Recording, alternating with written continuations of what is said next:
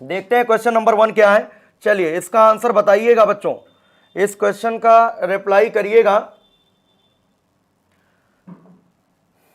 इस क्वेश्चन को रिप्लाई करिएगा सभी लोग।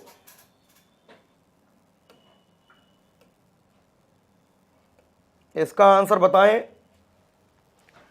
जल्दी से, फटाफट एक बार शेयर भी कर दीजिए। प्रांशु शर्मा बहुत बहुत स्वागत, बहुत बहुत धन्यवाद। चलिए तो शुरू करते हैं। यहां पर लिखा है बच्चों क्वेश्चन नंबर 1, एक समतल द्वारा निर्मित छवि हमेशा ऐसी होती है। अब देखो बच्चों यहां पर हिंदी मीडियम में इस तरीके से लिखा हुआ छवि, अब वहां इंग्लिश में आप पढ़िएगा क्या लिखा है। Image formed by a plane mirror is always, मतलब जो प्लेन मिरर होता है ना वो किस तरीके का इमेज बनाता है। ये मान लो कोई प्लेन मिरर है, समतल दर्पण है और इसके सामने कोई ऑब्जेक्ट इस तरीके से रखा है, ओ लंबाई का कोई वस्तु है और x दूरी पर है और इसका इमेज यहां पर कहीं बन रहा है, मान लो i लंबाई का बन रहा है और मिरर से y दूरी पर बन रहा है और ऑब्जेक्ट x दूरी पर रखा हुआ है। तो प्यारे बच्चों ध्यान रखिएगा, ये जितनी साइज का ऑब्जेक्ट होता है उतनी साइज का इमेज बनता है और ये बच्चों वर्चुअल होता है, आभासीय होता है, सीधा होता है, इरेक्ट होता है, सेम साइज का होता है, जिस साइज का ऑब्जेक्ट होता है उसी साइज का इमेज होता है। और एक चीज और ध्यान रखना, ऑब्जेक्ट मिरर से ऑब्जेक्ट जितनी दूरी पर होगा उतनी ही दूरी पर इमेज जो है मिरर से बनता है। मतलब यहां पर x = y भी होगा और बच्चों i बराबर क्या होगा o, मतलब इमेज की लेंथ ऑब्जेक्ट के लेंथ के बराबर होती है। तो समतल दर्पण द्वारा बना प्रतिबिंब हमेशा आभासीय, सीधा और वस्तु के बराबर बनता है, सेम साइज बनता है। और एक चीज और नोट कर लेना, समतल दर्पण की जो वक्रता त्रिज्या होती बच्चों, समतल दर्पण की वक्रता त्रिज्या इनफाइनाइट होती है, समतल दर्पण की फोकस दूरी जो होती है इनफाइनाइट होती है, ये भी पॉइंट नोट कर लेना। और अगला पॉइंट है लीनियर मैग्निफिकेशन, रेखीय आवर्धन। बच्चों लीनियर मैग्निफिकेशन क्या होता है, प्रतिबिंब की लंबाई image length upon object length, प्रतिबिंब की लंबाई व वस्तु की लंबाई का जो रेशियो होता है उसे क्या बोलते हैं, लीनियर मैग्निफिकेशन बोलते हैं। तो बच्चों जितनी लंबाई का ऑब्जेक्ट होता है उतनी ही लंबाई का इमेज बनता है, जब डिवाइड करोगे तो 1 आएगा, तो लीनियर मैग्निफिकेशन बच्चों +1 होता है। प्लेन मिरर के लिए इतनी बातें आपको याद होना चाहिए। समतल दर्पण द्वारा बना प्रतिबिंब हमेशा आभासीय, सीधा और वस्तु के बराबर बनता है और लीनियर मैग्निफिकेशन +1 होता है। Radius of curvature infinite, focal length is also infinite. तो काफी बच्चों ने बहुत सही जवाब दिया है, वर्चुअल एंड इरेक्ट। काफी बच्चों ने जवाब बिल्कुल सही दिया है, वर्चुअल और इरेक्ट होता है, आभासीय और सीधा होता है। अब यहां पर देखो लिखा है आभासी और खड़ा, है ना, जबकि वहां इरेक्ट का मतलब सीधा, खड़ा का मतलब बच्चों यहां पर सीधा से मतलब है। तो इंग्लिश वर्जन जरूर आप लोग देखिएगा। क्वेश्चन इस तरीके से देखो, जो आप लोग पढ़ के जाते हो ना पेपर में वही आता है, लेकिन हिंदी मीडियम के स्टूडेंट को दिक्कत किसमें होती है, हिंदी में, और वो इंग्लिश से दूर भागते हैं, इंग्लिश को पढ़ते नहीं हैं, वो दूर भागते हैं और हिंदी मीडियम उनको समझ में नहीं आता जो पेपर में आता है ना। क्योंकि जो रनिंग भाषा में आप लोग पढ़ के जाते हो भौतिक विज्ञान, तो उस तरीके से कुछ वहां पर नहीं लिखा होता है, थोड़ा सा चेंज आपको वहां पर थोड़ा सा दिमाग लगाना होगा। चलिए अगला क्वेश्चन देखते हैं बच्चों। नेक्स्ट क्वेश्चन आपके सामने है, ये भी बहुत ही अच्छा क्वेश्चन है। अच्छा प्रशांत शर्मा, बिल्कुल बेटा, जो है इमेज और ऑब्जेक्ट वेलोसिटी वाले क्वेश्चन कल रख देंगे और सारा कॉन्सेप्ट क्लियर हो जाएगा, आपको परेशान होने की जरूरत नहीं है, ठीक है। अब एक ही चैप्टर के बेटा 20 क्वेश्चन कराने कोई मतलब नहीं है, 5-6 क्वेश्चन हमने ले लिया, जो जरूरी क्वेश्चन है वो यहां पर हमने रख दिया, ठीक है। तो देखो बच्चों यहां पर है एक गोलाकार दर्पण की वक्रता केंद्र, गोलाकार दर्पण बच्चों, एक गोलाकार, ये गोलाकार दर्पण है, स्फेरिकल मिरर है, ठीक है। गोलाकार दर्पण का मतलब स्फेरिकल मिरर के वक्रता केंद्र बच्चों ये आपका सेंटर ऑफ कर्वेचर होता है। और पोल का मतलब होता है ध्रुव, यहां कहीं बच्चों पोल होता है, ठीक है। तो वक्रता केंद्र और पोल से जाने वाली लाइन को क्या कहते हैं, बताओ भाई, इस लाइन को क्या बोलेंगे, जल्दी से सभी लोग रिप्लाई करो फटाफट, बहुत सारे बच्चे बी ऑप्शन बता रहे हैं, बी ऑप्शन, बी ऑप्शन बहुत लोग बता रहे हैं। बी का मतलब प्रिंसिपल एक्सिस। अगर आप इंग्लिश मीडियम पढ़ोगे बच्चों तो यहां पर देखो प्रिंसिपल एक्सिस लिखा हुआ है ना, ये देखो यहां पर मुख्य अक्ष, यहां पर बी ऑप्शन देखिएगा प्रधान धुरी, इसको बच्चों मुख्य अक्ष कहते हैं।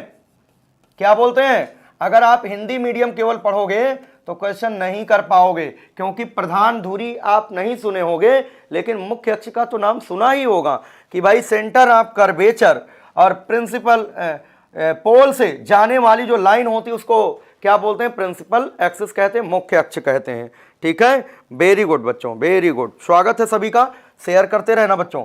चलिए नेक्स्ट क्वेश्चन देखते हैं। अगला क्वेश्चन, सारे क्वेश्चन बहुत ही आसान आज लिए गए हैं बच्चों। यहां पर लिखा है दंत चिकित्सक द्वारा रोगियों के दांतों की बड़ी छवियों को देखने के लिए उपयोग किए जाने वाला दर्पण कौन सा होता है? और यहां पर हिंदी में लिखा है the type of mirror used by dentist to use larger image to see larger image of the teeth of patient. तो जल्दी से बताइए, इंग्लिश मीडियम देख के बताइएगा।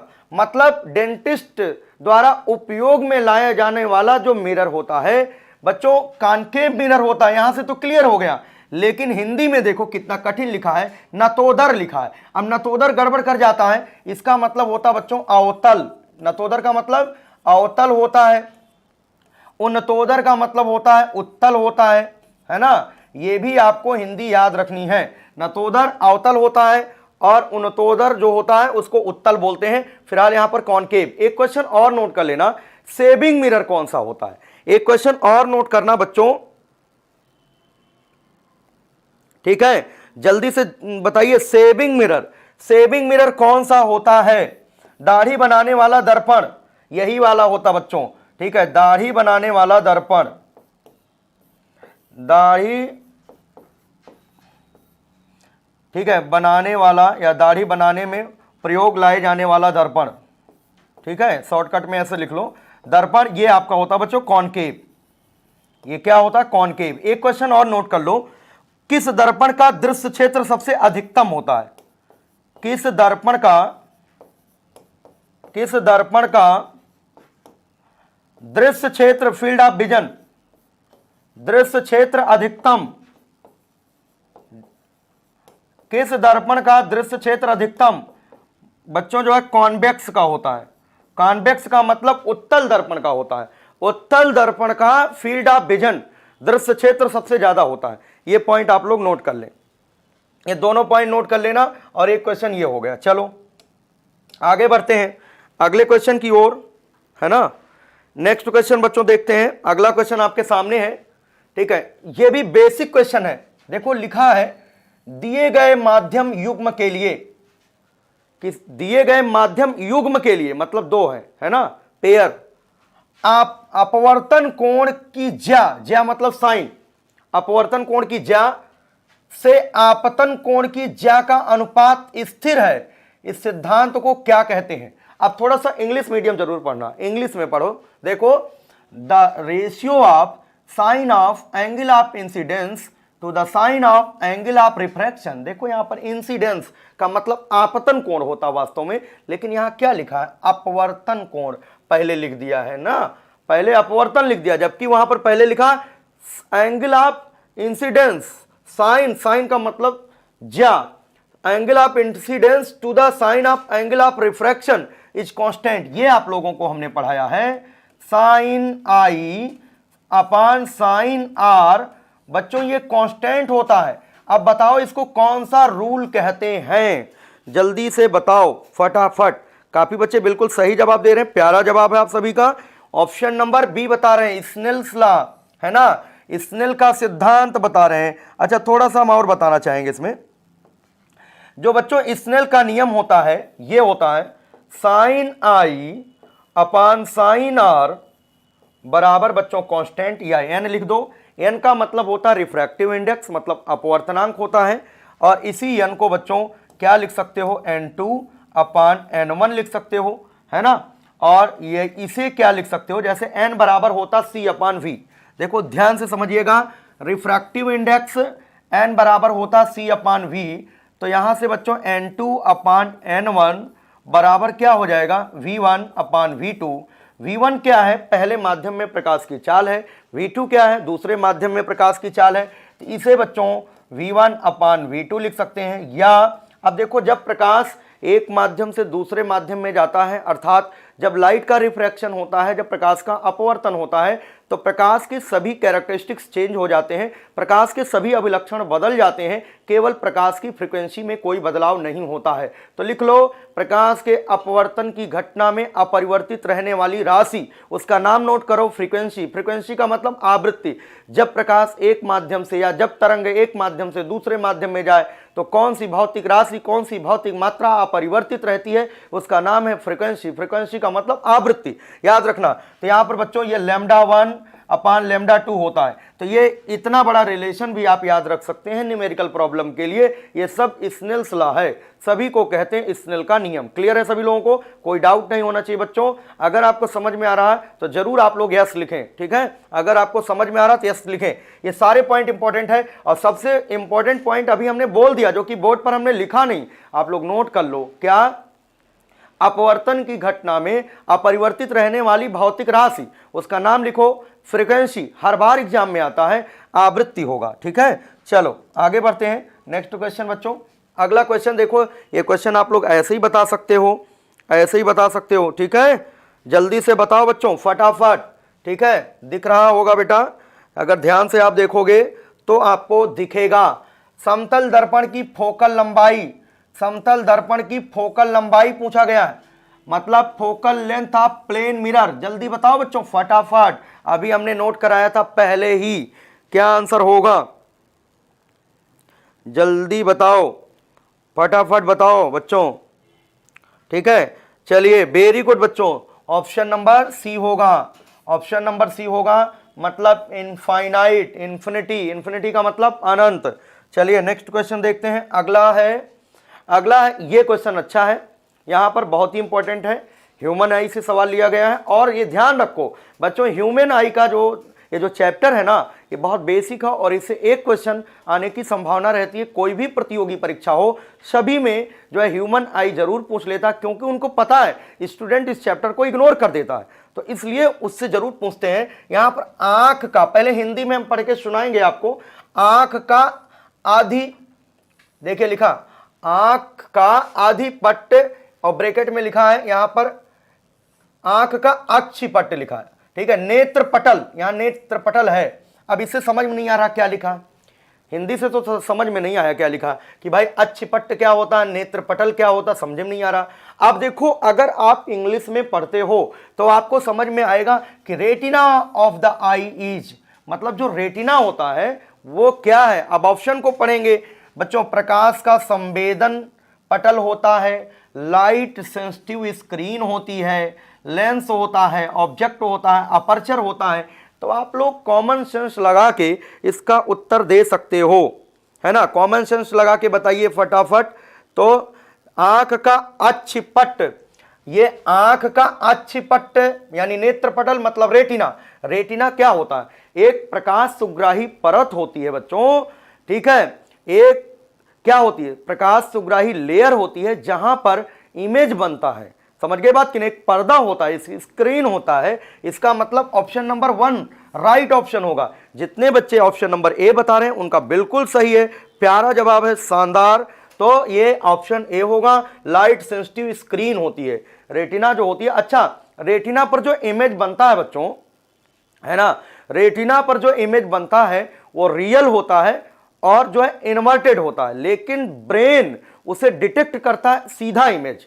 रेटिना पर बना प्रतिबिंब वास्तविक और उल्टा होता है, परंतु मस्तिष्क उसे सीधा पहचानता है। यह पॉइंट आपको दिमाग में रखना है बच्चों, ठीक है, तो ध्यान रखिएगा। चलिए नेक्स्ट क्वेश्चन, अगला सवाल है बच्चों।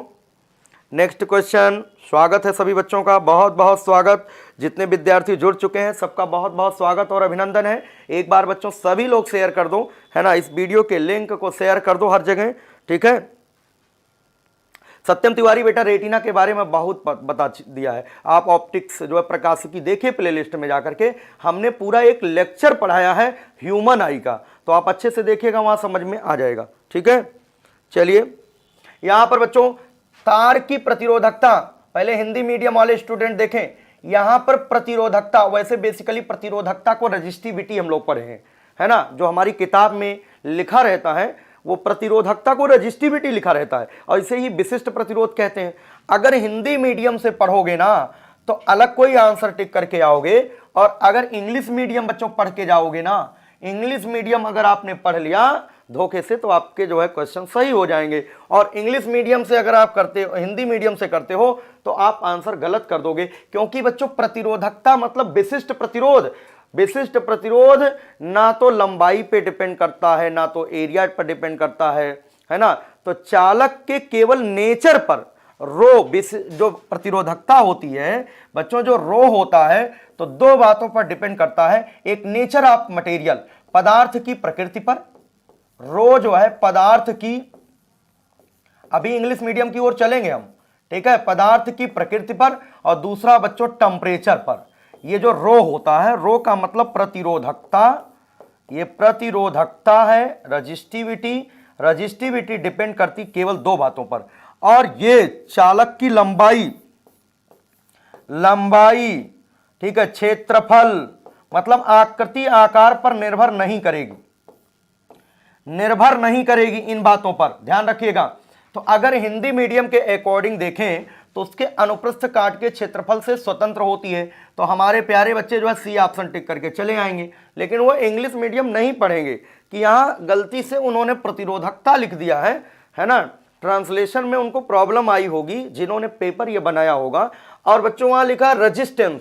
हम ऐसे क्वेश्चन आपके सामने डिस्प्ले कर रहे हैं जो क्वेश्चन आपको वहां पर सोचने पड़ सकते हैं, हिंदी और इंग्लिश दोनों पढ़ना पड़ सकता है। तो बच्चों यहां पर resistance of a wire direct, अब यहां रेजिस्टेंस की बात की गई है, तो प्रिय बच्चों ध्यान दो, रेजिस्टेंस आर बराबर होता है रो एल अपान ए। आप सभी इस फार्मूले से परिचित हैं, रेजिस्टेंस का ये बहुत पॉपुलर फार्मूला है, R is equal to rho L upon A, सबको मालूम है आर बराबर रो एल अपान ए। ठीक है, अब बच्चों यहां पर देखिएगा, यहां रेजिस्टेंस पूछा है, यहां रजिस्टिविटी पूछा है, तो बताओ कौन सा वर्जन मान्य होता है पेपर में? इंग्लिश वर्जन, ये सबको पता है, सबके दिमाग में सेट है, इंग्लिश वर्जन ही मान्य होता है। तो बच्चों यहां पर रेजिस्टेंस पूछा है तो आपको ये फार्मूला लगाना होगा, आर डायरेक्टली प्रोपोर्शनल टू बच्चों लंबाई होता है, लंबाई के डायरेक्टली प्रोपोर्शनल होता है रेजिस्टेंस, और बच्चों are inversely proportional to area. तो इस क्वेश्चन का जो आंसर हम लोग टिक करेंगे ना अकॉर्डिंग टू इंग्लिश वर्जन, जो इंग्लिश में लिखा है उसके अकॉर्डिंग आप लोग सही करिएगा।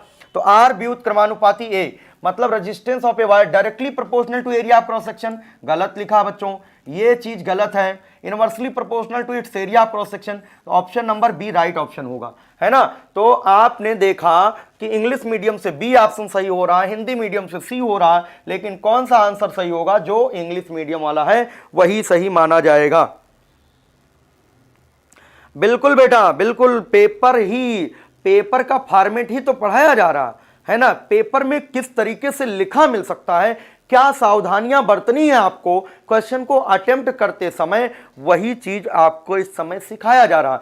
क्योंकि जिनको पढ़ना था बच्चों ना, वो या तो जो है ऑफलाइन कोचिंग में पढ़ चुके हैं, कहीं पर भी पढ़ चुके हैं, अब क्या है एक रिवीजन के तौर पर क्या क्या सावधानियां बरतनी है वो चीज हम लोग यहां पर सीख रहे हैं। क्योंकि बच्चों फिजिक्स तो महासागर है, 62 चैप्टर है, तो 62 चैप्टर का क्विक रिवीजन इतने कम समय में करना बड़ा कठिन काम पड़ जाता है। इसलिए बच्चों जिन्होंने पढ़ रखा होगा एक बार, उनके लिए बहुत ही अच्छा ये सिद्ध होगा, बहुत ही उपयोगी सिद्ध होगा, और उनको एग्जाम में बहुत ही फायदा मिलने वाला है। लेकिन जिन्होंने नहीं पढ़ा है तो प्यारे बच्चों एक बार उनको पढ़ना ही पड़ेगा, 62 चैप्टर पढ़ना ही पड़ेगा, तभी वो प्रतियोगी परीक्षा में बैठ सकते हैं। फिलहाल नहीं तो फिर तुक्का मार के आएंगे, है ना। तो ठीक है, वेरी गुड बच्चों, वेरी गुड, स्वागत है सभी का, बहुत बहुत स्वागत बच्चों, ठीक है, दिल से स्वागत है सभी का, ठीक है, जितने लोग जुड़े हैं, बहुत बढ़िया बहुत बढ़िया। चलिए नेक्स्ट देखते हैं बच्चों अगला क्वेश्चन। अगला क्वेश्चन देखो यहां पर क्या है, ये भी देखो ये क्वेश्चन जो है ना काफी बच्चे गलत कर जाते हैं। तो किस तरीके से क्वेश्चन रोटेट करता है, कैसे एग्जाम में पूछता है, वो सारे क्वेश्चन बच्चों हम आपको बता रहे हैं, इनको बहुत ध्यान से आप लोग सुनिएगा हमारी बात को। और ये भी ध्यान रखना, केवल और केवल एग्जाम तक जो मैंने कॉन्सेप्ट बताया है, एक ही कॉन्सेप्ट को फॉलो करिएगा। ये नहीं है कि जो है इधर उधर आप दूसरे चैनल पर कोई कुछ बता रहा आंसर, कोई कुछ बता रहा, तो आप जो है डिस्टर्ब हो जाएंगे। जो आपको बताया जा रहा उतना आप पढ़ते रहिए। जो भी लाइन मैं यहाँ पर बोलता हूँ बिल्कुल जो है रियल बोलता हूँ, सत्य बोलता हूँ, है ना, नहीं तो बोलता ही नहीं हूँ। वो पॉइंट बोले जाते हैं जो बिल्कुल क्लियर है, ठीक है, जो आपके एग्जाम में आने वाले हैं। बच्चों यहां पर लिखा, यदि धातु के तार की लंबाई दोगुनी कर दी जाए तो प्रतिरोध। अब इंग्लिश भी पढ़ेंगे, इंग्लिश पढ़ने का की आदत डालो क्वेश्चन पेपर में, है ना। If length of the metallic wire is doubled then the resistance of the wire. देखते हैं कितने हमारे बच्चे ऐसे हैं जो इसका आंसर बताते हैं। जल्दी से बताओ फटाफट। काफी बच्चे डी ऑप्शन बता रहे हैं, काफी बच्चे डी ऑप्शन बता रहे हैं। बच्चों एक चीज ध्यान रखना, अगर सवाल में, अब देखो काफी लोग गड़बड़ कर दिए हैं, जो गड़बड़ कर दिए ईमानदारी से जो है बाद में सही ना करके बता देना, है ना, जो आपने बताया वही। बच्चों एक चीज ध्यान रखना, इस सवाल में जब किसी तार को खींचने की बात लिखी हो, सुन लो, अगर किसी भी तार को खींचकर उसकी लंबाई दुगनी कर दी जाए, 3 गुनी कर दी जाए, 4 गुनी कर दी जाए, मतलब n गुनी कर दी जाए, अगर तार को खींच करके उसकी लंबाई n गुनी कर दी जाए बच्चों, तो ध्यान दीजिएगा, अगर लंबाई खींच करके n गुनी कर दी जाए तो नया प्रतिरोध जो है n² गुना हो जाता है। ये पहले रेजिस्टेंस R था, अब जो है R' हो गया n²R, लेकिन खींचने की कहीं पर भी बात नहीं लिखी है। अगर जो है if length of wire is doubled after stretching ऐसे लिखा होता, यहां पर अगर हम एक लाइन जोड़ देते, आफ्टर स्ट्रेचिंग बोल देते, तब आप लोग ये फॉर्मूला यूज करते कि भाई 2 का स्क्वायर 4 इंटू R, 4 गुना हो जाएगा। अब ये किताब ना देखना, बहुत सारे बच्चे बुक में देखते हैं, जो मार्केट में जो डुप्लीकेट किताबें चल रही हैं उनको फॉलो करने लगते हैं और कहते हैं सर उसमें इतना आंसर दिया है। तो बेटा देखो, जो है वो किताब लिखते हैं वो 10 किताबों से उठा करके नकल करके लिखते हैं, उनको कोई अनुभव नहीं है कि वो जो है प्रतियोगी परीक्षा की तैयारी करा रहे हैं। ये ना सोचना कि राइटर जो होता है वो बहुत बड़ा ज्ञानी होता है ना। तो यहाँ पर एयरफोर्स की फिजिक्स पढ़ाने के लिए हम अगर खड़े हैं तो इसका मतलब सब कुछ स्टडी करने के बाद ही आपको जो है बता रहे हैं, है ना, इसको ध्यान रखिएगा। तो कोई भी कंपटीशन हो, हर कंपटीशन का अनुभव मुझे है ना, कोई भी प्रतियोगी परीक्षा हो, किस तरीके के क्वेश्चन पूछे जाते हैं वो मैं बता सकता हूं, और कहां पर क्या गलती किताब में वो भी क्लियर रहता है। काफी बच्चे गलत पढ़ के जाते हैं और गलत कर देते हैं। तो बच्चों जब खींचने की बात लिखी होगी तो 2 का स्क्वायर 4 इंटू R, 4 गुना हो जाएगा, मतलब तब तो डी ऑप्शन होगा। लेकिन यहां पर खींचने की कोई बात नहीं लिखी है, तो आपको सीधे सीधे जो बहुत पॉपुलर फार्मूला भी आप लोगों ने देखा, R = ρL/A से तुरंत R directly proportional to L। तो बच्चों अगर लंबाई को डबल किया जाएगा तो रेजिस्टेंस भी डबल हो जाएगा, मतलब option number B right option होगा इस क्वेश्चन का। वेरी गुड बच्चों, वेरी गुड, स्वागत है सभी का, बहुत बहुत स्वागत। ये डबल हो जाएगा बच्चों, लंबाई दुगनी तो प्रतिरोध दुगना, और अगर खींचने के बाद डबल की गई होती तो 2 का स्क्वायर तब 4 टाइम्स हो जाता। ये भी ध्यान रखना है, दोनों क्वेश्चन में क्या डिफरेंस है वो आपको समझ में आ चुका होगा। क्लियर है सभी लोगों को, कोई डाउट नहीं होना चाहिए। चलिए नेक्स्ट, अगला क्वेश्चन है बच्चों, इसका आंसर बताइएगा सभी लोग, इसका क्या आंसर होगा। अब पहले हिंदी पढ़ने का प्रयास करेंगे। एन बच्चों देखिएगा, यन घुमाव वाले विद्युत धारा वहन, देखो यन घुमाव वाले विद्युत धारा वहन करने वाले गोलाकार कुंडली के कारण चुंबकीय क्षेत्र होता है।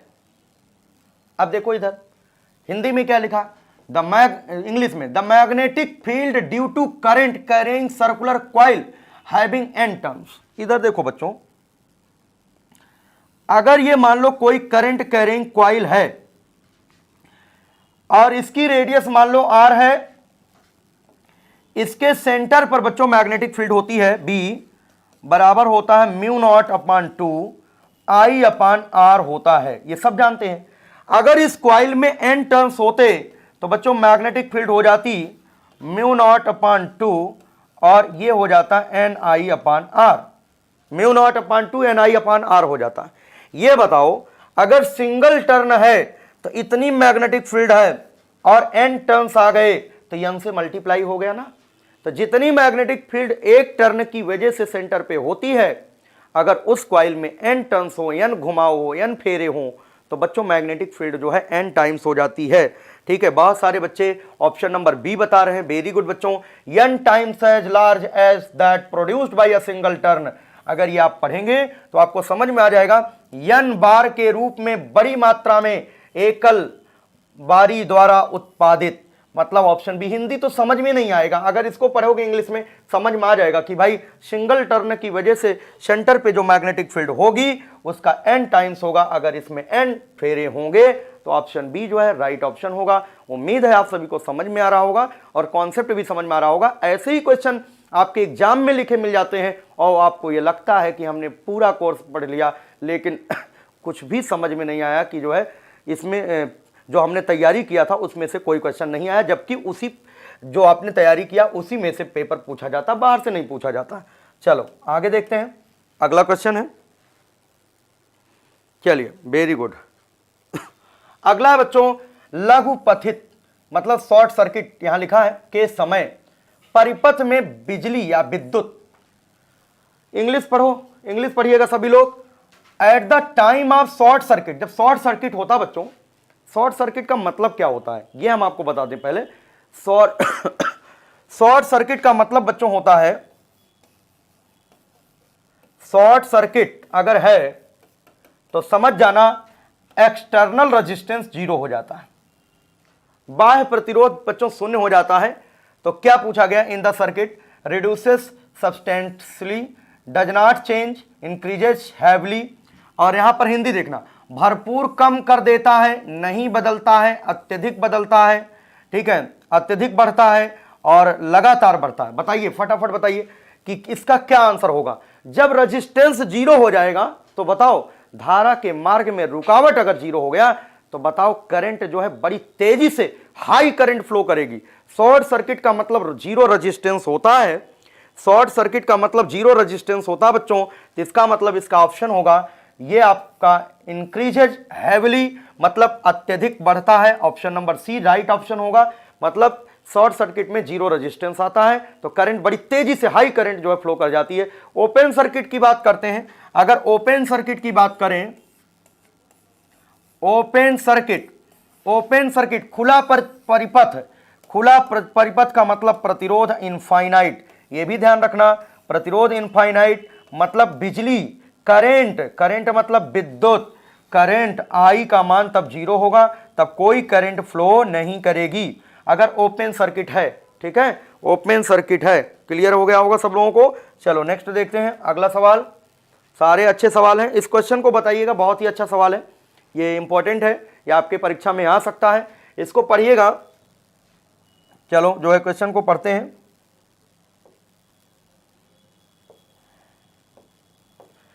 यहां पर क्या है बच्चों, a piece of wire of resistance R is cut into 5 equal parts, 5 बराबर भागों में काट दिया गया। These parts are then connected in parallel if the equivalent resistance of this combination is R dash then the ratio of R upon R dash. मतलब क्या है, मतलब यह है एक R ओम रेजिस्टेंस का एक वायर था, सुन लो ध्यान से, एक R रेजिस्टेंस का वायर था, उसके 5 बराबर टुकड़े किए गए। चलो टुकड़े कर लेते हैं, है ना। यहां पर बच्चों इस तरीके से R ओम रेजिस्टेंस का एक वायर, इसके बच्चों 5 बराबर टुकड़े किए गए। मतलब इधर देखो 5 बराबर टुकड़े किए गए, 1 टुकड़ा, 2 टुकड़ा, 3 टुकड़ा, 4 टुकड़ा, 5 टुकड़ा, ये 5 बराबर टुकड़े किए गए। R पूरा R था तो ये R बटे 5 होगा, ये R बटे 5 होगा बच्चों, और ये R बटे 5 होगा, और ये R बटे 5 होगा, और ये R बटे 5 हो जाएगा। इतना समझ में आ गया। प्रत्येक टुकड़े का रेजिस्टेंस R/5 हो जाएगा। ठीक है, अब बच्चों इनको, इन टुकड़ों को फिर से पैरेलल में जोड़ दिया गया, इनको पैरेलल में, देखो इनको पैरेलल में जोड़ा गया बच्चों, R/5 है ना, और ये R/5 R/5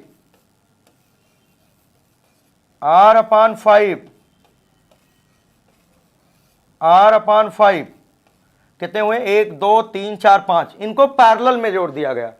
अब पैरेलल में जोड़ने के बाद कहा जा रहा है इक्विवेलेंट रेजिस्टेंस जो है, इक्विवेलेंट रेजिस्टेंस R डैश है। तो बच्चों R डैश बराबर जब निकालोगे तो R डैश, देखो जब सेम रेजिस्टेंस एन रेजिस्टेंस हो और पैरेलल में कनेक्ट हो तो उनका इक्विवेलेंट होता है R/n। मतलब जो भी वैल्यू दी गई होती रेजिस्टेंस का, उसको उतने रेजिस्टेंस से डिवाइड कर देते हैं, उतने नंबर से डिवाइड कर देते हैं जितने रेजिस्टेंस जुड़े होते हैं। तो बच्चों इक्विवेलेंट रेजिस्टेंस पैरेलल में होता है R/n, ये फार्मूला होता है अगर पैरेलल कॉम्बिनेशन हो। R ओम के n रेजिस्टेंस अगर पैरेलल में कनेक्ट होते हैं तो इक्विवेलेंट रेजिस्टेंस होता है R/n। बट यहां पर बच्चों R की जगह क्या है? R/5 है, ठीक है, पहली बात। और n की जगह क्या है? इस n की जगह 5 रेजिस्टेंस हैं, तो क्या हो जाएगा? R/5 × 5 25 हो जाएगा। तो R डैश बराबर R/25। और हमें बताना क्या है? R/R डैश, ये बच्चों R/R डैश आपको बताना है। तो क्या हो जाएगा? जल्दी से बताइए फटाफट।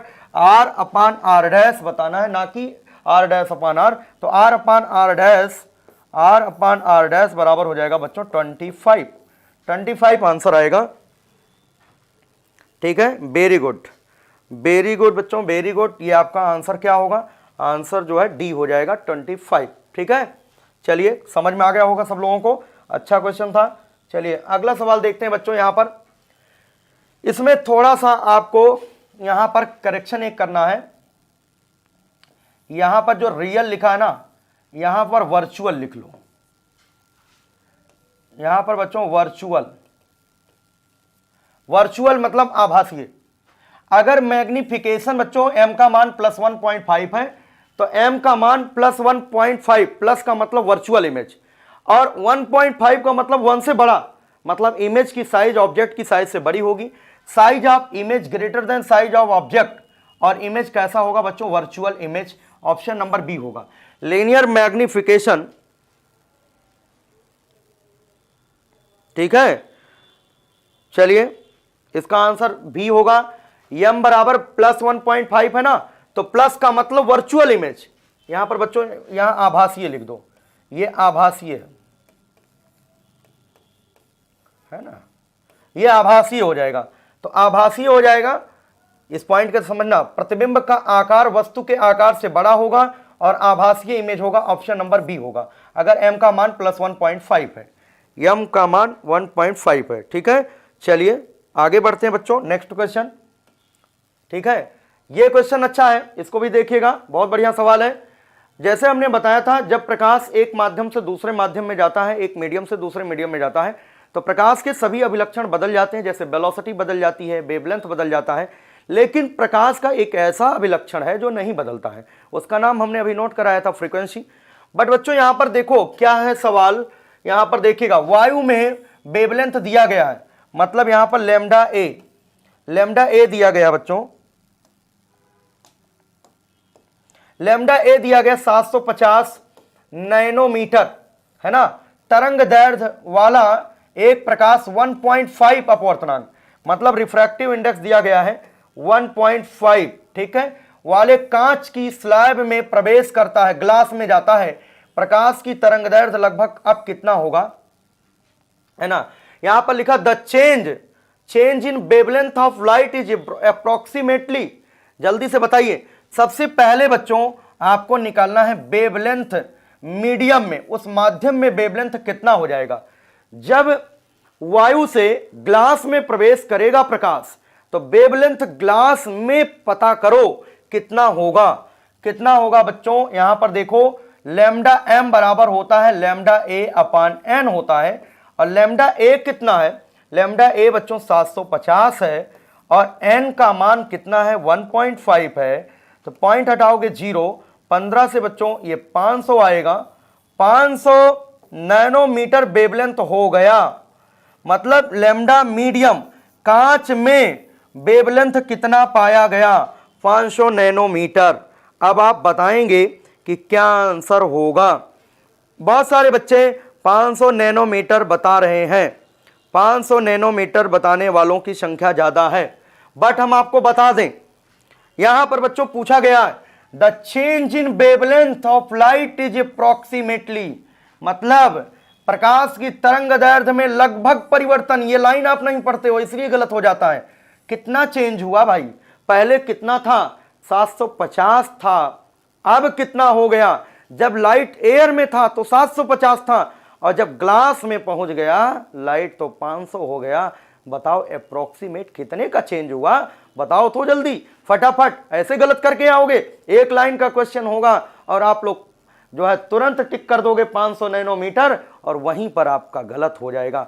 आप कहेंगे कि हम फिजिक्स में फेल हो गए, है ना। लेकिन अगर आपने पूरे क्वेश्चन को अच्छे से पढ़ा है, the change in wavelength of light is approximately, भाई 750 से 500 हो गया, कितने का परिवर्तन हुआ जल्दी से बताएं। अब काफी बच्चों का दिमाग खुल गया है, अब वो जो है 250 बता रहे हैं, क्योंकि 750 था 500 हो गया, 250 का चेंज हो गया, तो 250 का परिवर्तन हुआ 250 नैनोमीटर। चलिए आगे बढ़ते हैं।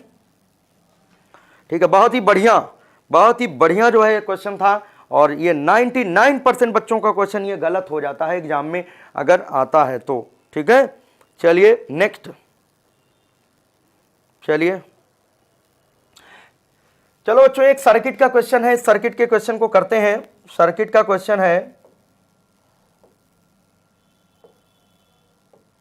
चलो यहां पर देखो बच्चों 10 वोल्ट की बैटरी लगी हुई है, 2 ओम है, 4 ओम है, 6 ओम है ना। वोल्ट मीटर की रीडिंग बतानी है, तो सबसे पहले बच्चों टोटल रेजिस्टेंस निकाल लो। तो आर बराबर क्या हो जाएगा, 2 4 6 6 12 ओम हो जाएगा। टोटल करंट बच्चों निकाल लो, आई बराबर क्या होता है, V अपान आर होता है। V का मान कितना है बच्चों, 10 वोल्ट है ना। R का मान कितना है, 12 है। ये क्लियर हो गया होगा।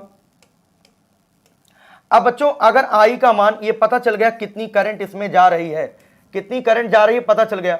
अब यहां का वोल्टेज बताना है तो V बराबर क्या होगा, IR, वोल्ट मीटर की रीडिंग V बराबर IR। I कितना है बच्चों, 10/12 इंटू R, ये कितना है 6 ओम।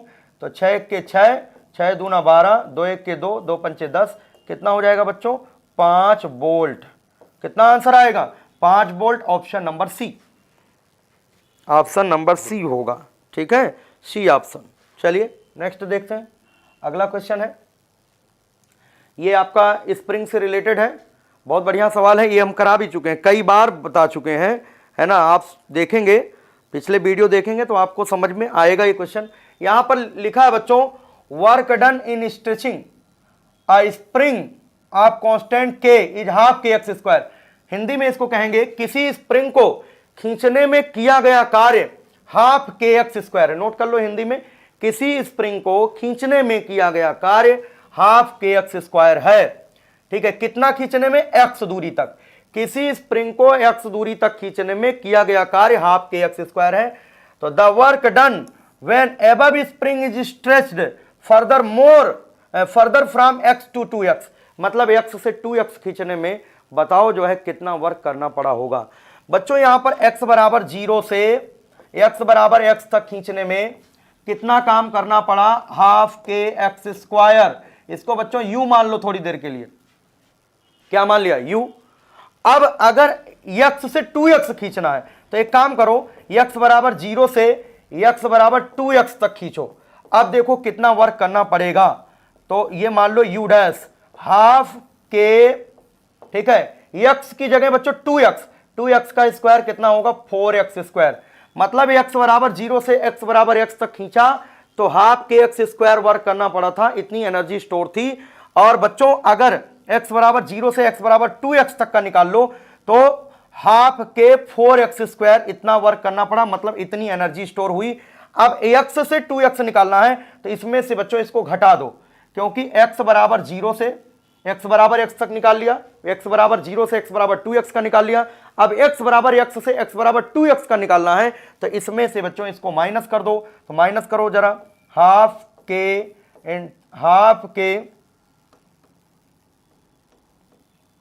यहां पर हाफ के 4x स्क्वायर माइनस हाफ के एक्स स्क्वायर करोगे बच्चों तो कितना हो जाएगा 3/2 के एक्स स्क्वायर, 3/2 के एक्स स्क्वायर। ठीक है, तो यहां पर ऑप्शन होगा ऑप्शन नंबर सी। क्या किया, पहले x दूरी तक खींचने में हमने वर्क निकाल लिया, एनर्जी निकाल लिया, फिर 2x तक का निकाल लिया, फिर 2x वाले में से x वाली एनर्जी माइनस कर दिया, तो पता चल गया कि x बराबर x से x बराबर x 2x तक खींचने में कितना वर्क करना पड़ा। ठीक है, ये भी बढ़िया क्वेश्चन था। चलिए आगे बढ़ते हैं बच्चों। अगला सवाल है, यहां पर सरल आवर्त गति करते हुए कण का विस्थापन समीकरण दिया गया है। डिस्प्लेसमेंट टाइम इक्वेशन बच्चों दिया गया है। यहां पर ध्यान रखें, टाइम t सेकेंड में है और frequency of vibration of particle बताना है मतलब यहां पर आवृत्ति बताना है।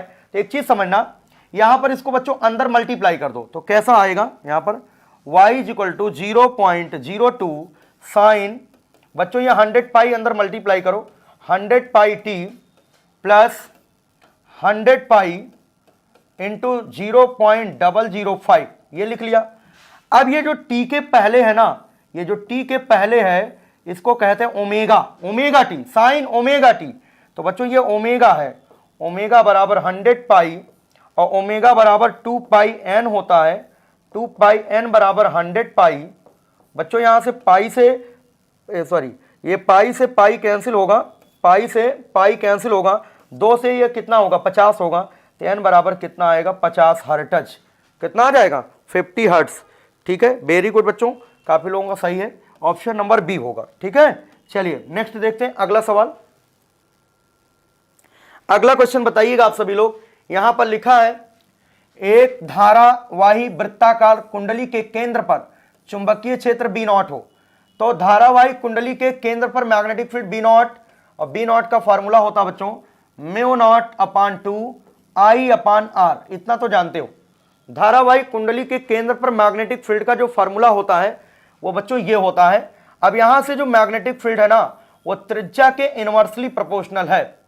तो क्या कहा जा रहा है, यदि उसकी त्रिज्या आधी कर देने पर, अगर आधी कर दिया जाए तो चुंबकीय क्षेत्र कितना हो जाएगा, और धारा वही रहे, करंट ना बदलो, केवल रेडियस को क्या कर दो आधी कर दो। जब इसे आधी करोगे ना तो 1/r की जगह 1/2, तो ये 2 ऊपर चला जाएगा, तो बच्चों मैग्नेटिक फील्ड डबल हो जाएगा। 2 आने का मतलब डबल हो जाएगा, 2 गुना हो जाएगा, डबल हो जाएगा। ठीक है, इसका मतलब पहले कितना था B0, अब उसका डबल कितना हो जाएगा, यहां पर बच्चों 2B0 हो जाएगा, डबल हो जाएगा। Option number B right option होगा। ठीक है, चलिए आगे बढ़ते हैं नेक्स्ट। ये क्वेश्चन देखिएगा, ये बहुत ही अच्छा सवाल है, कई बार जो है इसको बेसिक के रूप में हम डिस्कस कर देते हैं। यहां पर बच्चों जो CP/CB होता है, CP/CB इसे गामा कहते हैं। 2 मोलर स्पेसिफिक हीट का ये रेशियो होता है गामा, गामा को कहते हैं पॉइसन रेशियो। और बच्चों गामा बराबर होता है 1 + 2/f होता है। एफ को कहते हैं डिग्री ऑफ फ्रीडम। इसको आपको 3 याद रखना, 3, 5, 6। ये एक परमाणु के लिए, द्विपरमाणु के लिए, बहुपरमाणु के लिए। मोनोएटॉमिक के लिए डिग्री ऑफ फ्रीडम 3 होती है और डाईएटॉमिक के लिए जो है 5 होती है और पॉलीएटॉमिक के लिए 6 होता है। अगर हम गामा की वैल्यू निकालें जो है मोनोएटॉमिक के लिए, बच्चों जब यहाँ 3 रखोगे तो 3, 2, 5 कितना हो जाएगा 5/3, 5/3 होगा बच्चों। डाईएटॉमिक के लिए 5 रखें, 5, 2, 7/5 हो जाएगा। और पॉलीएटॉमिक के लिए बच्चों जब निकालोगे, जब 6 रखोगे तो कितना होगा 4/3। तो ये एक परमाणु के लिए गामा है, ये द्विपरमाणु के लिए है और ये पॉलीएटॉमिक बहुपरमाणु के लिए है। यहां पर सवाल में डाईएटॉमिक की बात की गई है, द्विपरमाणु के लिए बात किया गया है, तो क्या हो जाएगा 7/5 और 7/5 का मतलब होता है बच्चों 1.40, 1.40 होता है और ये होता है 1.66 होता है बच्चों और ये होता है 1.33 होता है। 1.40 आंसर होगा option number D, option number D होगा। ठीक है, यहां पर किसके लिए पूछा गया, यहां पर द्विपरमाणु, ये मोनोएटॉमिक के लिए बच्चों 3 होता है तो 1.66 हो जाएगा और यहां पर डाईएटॉमिक के लिए 1.40, option number D right option होगा। चलिए नेक्स्ट अगला सवाल देखिएगा सभी लोग। यहां पर the resistance of 2 bulbs, the resistance of 2 bulbs of 100 watt and 200 watt, मतलब 2 बल्ब है, एक 100 वाट का है, 200 वाट का है, working at the same voltage, same voltage are in the ratio of. बच्चों अगर सेम वोल्टेज पे काम करते हैं ना तो आपको पावर का ये फार्मूला लगाना है, P बराबर होता है V²/R। सेम वोल्टेज के लिए इलेक्ट्रिकल पावर का फार्मूला अप्लाई करोगे, P बराबर V²/R। तो यहां से आप कह सकते हो P inversely proportional to R होता है, P inversely proportional to R होता है।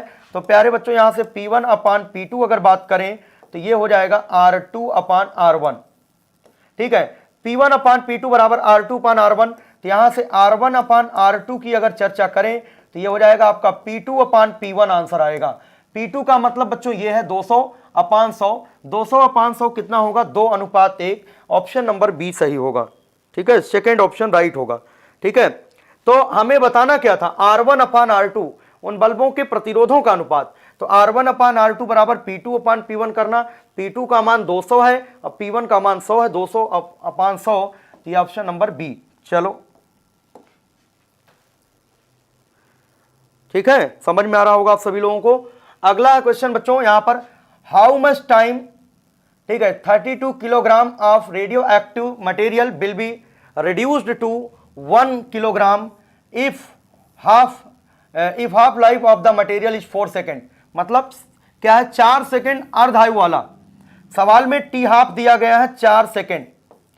4 सेकेंड अर्धायु वाला 32 ग्राम, मतलब N0 प्रारंभिक मात्रा दी गई है 32 ग्राम, किलोग्राम। 32 किलोग्राम, 32 ग्राम हो, 32 किलोग्राम हो, कुछ भी हो, तो 32 किलोग्राम रेडियो एक्टिव पदार्थ कितने समय में, मतलब बच्चों टाइम आपको बताना है, 1 किलोग्राम रह जाएगा। मतलब बची हुई मात्रा दी गई है N बराबर 1 किलोग्राम रह जाएगा। तो आपको डेली मैं एक क्वेश्चन इस तरीके से दे रहा हूं रेडियो एक्टिविटी का, और ये फार्मूला अप्लाई करना होता है। N बराबर N0 1/2 to the power N होता बच्चों। यहां से N का मान, बची हुई मात्रा 1 किलोग्राम है, और जो पहले की मात्रा थी, शुरुआत की मात्रा 32, और बच्चों ये हो जाएगा 1/2 टू द पावर N। इसको 32 नीचे करो, 1/32, और इसको 1/2 की पावर 5 लिख सकते हो बच्चों, और ये हो जाएगा 1/2 की पावर N हो जाएगा। अब देखो बेस समान है तो पावर भी समान होगा, N = 5 हो जाएगा। और सिंपल सा आपको ये फार्मूला लगाना है, टाइम बताना, T बराबर NT हाफ होता है। T बराबर NT हाफ, तो N का मान बच्चों 5 आया है। नंबर ऑफ हाफ लाइफ्स, अर्धायु कालों की संख्या 5 आई है, और T हाफ का मान 4 सेकेंड है। 5 × 4 कितना हुआ बच्चों? 20 सेकेंड। क्या आंसर आएगा? 20 second. Option number C, option number C right option होगा। तो इस तरीके से जो है ये क्वेश्चन बहुत ही अच्छा था। ठीक है, तो आगे बढ़ते हैं नेक्स्ट। चलिए एक क्वेश्चन ये देखिएगा, ये आपका सेमीकंडक्टर का है, पीएन जंक्शन डायोड का क्वेश्चन है। इसको भी बताइएगा फटाफट, इसका आंसर बताएं आप सभी लोग, इसका आंसर बताइए। लिखा है in the depletion layer of PN junction diode. जो पीएन जंक्शन होता ना, पीएन जंक्शन जब पी टाइप के मटेरियल को एन टाइप के मटेरियल से जोड़ते हैं ना, ये पी टाइप का है, ये एन टाइप का है बच्चों। तो पी में मेजॉरिटी में तो होल होते हैं, मेजॉरिटी चार्ज कैरियर्स के रूप में बच्चों होल्स होते हैं, और यहां पर मेजॉरिटी के रूप में जो है इलेक्ट्रॉन्स होते हैं एन रीजन में। तो जैसे ही पी टाइप मटेरियल को एन टाइप मटेरियल से जोड़ते हैं तो तुरंत क्या होता है? डिफ्यूजन शुरू हो जाता है। मतलब इलेक्ट्रॉन एन से पी की ओर जाते हैं। तो यहां पर अगर एक इलेक्ट्रॉन इधर जाएगा तो एक इलेक्ट्रॉन की कमी पॉजिटिव, दूसरा इलेक्ट्रॉन इधर जाएगा तो 2 इलेक्ट्रॉन की पॉजिटिव यहां कमी हो जाएगी, तीसरा इलेक्ट्रॉन जाएगा 3 इलेक्ट्रॉन की कमी, यहां पर इलेक्ट्रॉन बढ़ता जाएगा, इसलिए नेगेटिव आएगा। बच्चों ये इमोबाइल आयन की लेयर होती है। ये जो आप देख रहे हो ना, ये वाला चीज, ये क्या होता है? आगतशील आयनों, पॉजिटिव और नेगेटिव आयनों की ये लेयर होती है। इसी लेयर को डिप्लीशन लेयर कहते हैं। तो जल्दी से बताओ फटाफट क्या होते हैं। चलिए, तो वेरी गुड बच्चों, आंसर बिल्कुल सही है। Only fixed positive and negative ions, ये चलते नहीं है, इसलिए इनको इमोबाइल कहते हैं। ठीक है, ऑप्शन नंबर डी जो होगा वो राइट ऑप्शन होगा।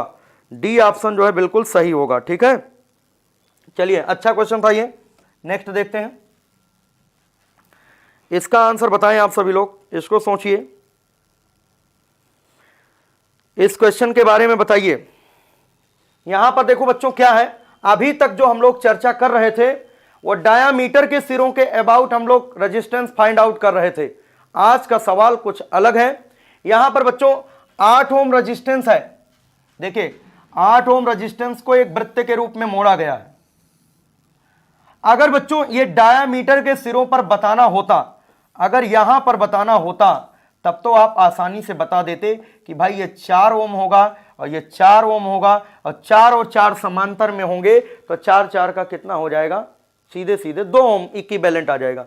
लेकिन ऐसा नहीं है, यहां पर देखो इसके 4 टुकड़े करो, तो अगर पूरा 8 ओम है तो 2 ओम 2 2 2 ऐसे तो होगा ना। इसका मतलब बच्चों ये वाला जो हिस्सा है ये 2 ओम वाला है, और ये वाला जो इतना हिस्सा आप देख रहे हो, इतना जो तार देख रहे हो, इतना 2 ओम का है ना, चौथाई, और ये आपका 6 ओम है। तभी तो 6 2 8 हुआ था, 8 ओम का था। अब ए और बी के बीच इक्विवेलेंट रेजिस्टेंस बताना है, तो ये दोनों पैरेलल में होंगे बच्चों, और पैरेलल में अगर 2 रेजिस्टेंस जुड़े हुए हैं तो प्रोडक्ट अपान सम करने से इक्विवेलेंट आता है। तो आर इक्विवेलेंट प्रोडक्ट अपान सम, तो 2 गुणे 6, 2 गुणे 6 बटे 2 प्लस 6 8, तो बच्चों 2 1 के 2, 2 चौके 8, फिर क्या होगा 2 3 6, 2 दूना 4, 3 बटा 2 ओम आएगा।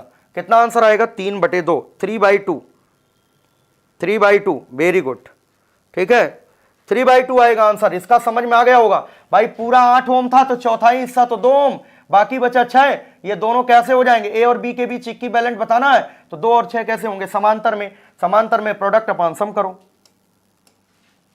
ठीक है। तो इस तरीके से बच्चों आप लोगों ने आज बहुत सारे क्वेश्चंस देखे, और सारे क्वेश्चंस जो है सारे बहुत ही बढ़िया थे और बहुत ही आसान थे, और ऐसे क्वेश्चन थे जिनमें बहुत छोटे क्वेश्चन थे लेकिन गलतियां होने की संभावनाएं जो है ज़्यादा थी। तो हमने ऐसे प्रश्नों को भी आपके सामने जो प्रस्तुत किया। उम्मीद है आप सभी को पसंद आया होगा, और आप सभी लोग जो है वीडियो को शेयर करेंगे और लाइक भी करेंगे।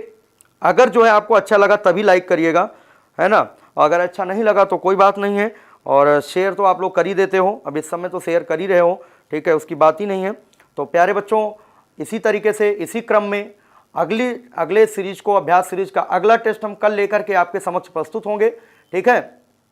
तो आप सभी लोग जो है शेयर करते रहिएगा, लाइक करते रहिएगा, है ना, और अपने मित्रों को इस चैनल से जोड़ते भी रहिएगा, ठीक है। फैजान रजा, हाँ बेटा बिल्कुल, जो है इंटरेस्टिंग सवाल रहते हैं तो अच्छा लगता है, और बहुत ही अच्छे क्वेश्चन हम लेकर के ही आते हैं, है ना, सारे क्वेश्चन बहुत बढ़िया रहते हैं। तो प्यारे बच्चों, आप लोग पढ़ते रहिए, रिवाइज करते रहिए, मिलते हैं, ठीक है, अगले सेशन में अगले टेस्ट के साथ। धन्यवाद बच्चों।